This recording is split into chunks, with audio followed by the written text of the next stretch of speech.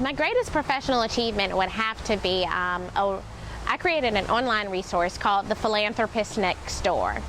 And I created this resource because I really wanted people to embrace who they are and their natural philanthropists, their inner philanthropists, if you will. A lot of times people associate the term with an elitist connotation. A lot of people assume that philanthropists are, you know, the Warren Buffetts, the Oprah Winfreys. And let's be real, a lot of people consider philanthropists to be old white guys over the age of 75 who are about to die. And that's really not necessarily the case. A philanthropist is anybody who can give, whether it's their time, their money, even their voice. You know, that's what a philanthropist is.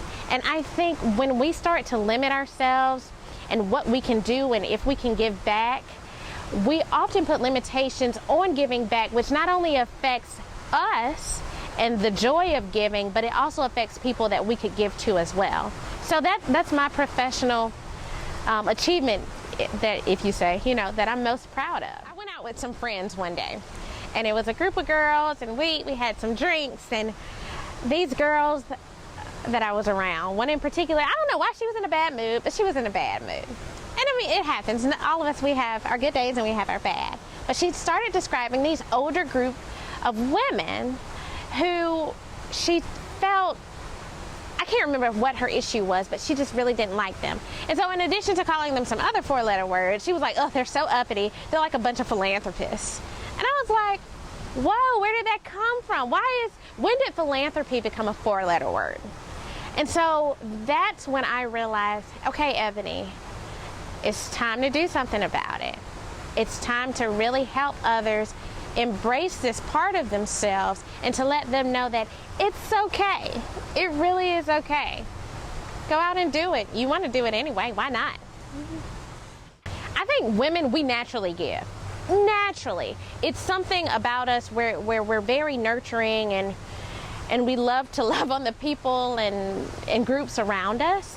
And so a lot of times we don't acknowledge that we're doing it, but think about it. In many of our churches, women are the most active in the churches, which, let's be real, transfers to the tithes and dollars that are donated. One of the things that many people don't know is that one of the biggest groups of people that give are teachers. Most teachers, unfortunately or fortunately, are women. And so when you think about it, we've been doing it forever.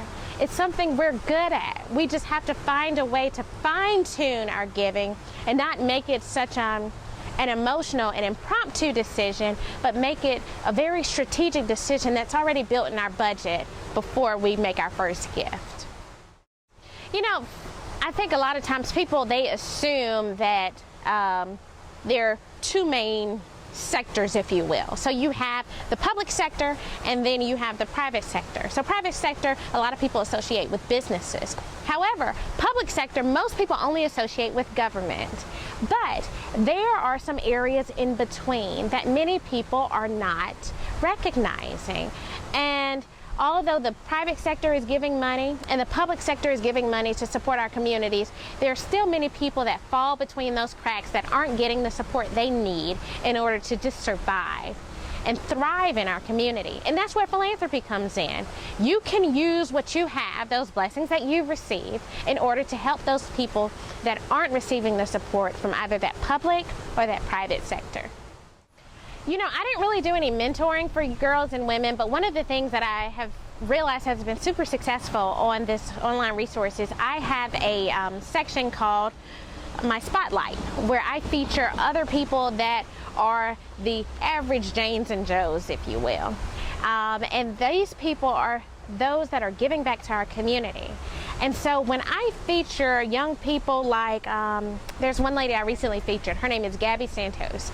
Gabby is a college senior at USC, and Gabby is the president of the USC Dance Marathon. And she was an awesome, awesome story. And my thoughts are, if I can feature people like Gabby, others, when they see that story, they see themselves in her, and they too can realize, okay, wait, if Gabby can do it, I can do it too. You know, one thing that I've always noticed And I don't think it's just in my field. I think it's in many fields. A lot of times we enter a field, we enter a career, and we try to adjust ourselves based on the environment that we're around without really realizing what strengths our individual unique selves can bring. A lot of times as women, we enter the game and we think we have to play it like a man, and that's not the case at all. So one thing that I would suggest is to recognize your strengths and just be yourself. For instance, I was once in the upper part of the country in the Northeast, and I was interviewing for some opportunities, and one thing that I realized was, yeah, I'm a Southerner.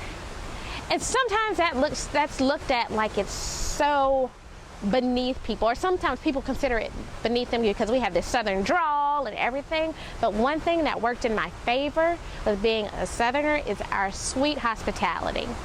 And so it's really knowing what you have to offer as a woman and then giving that and using it in your favor.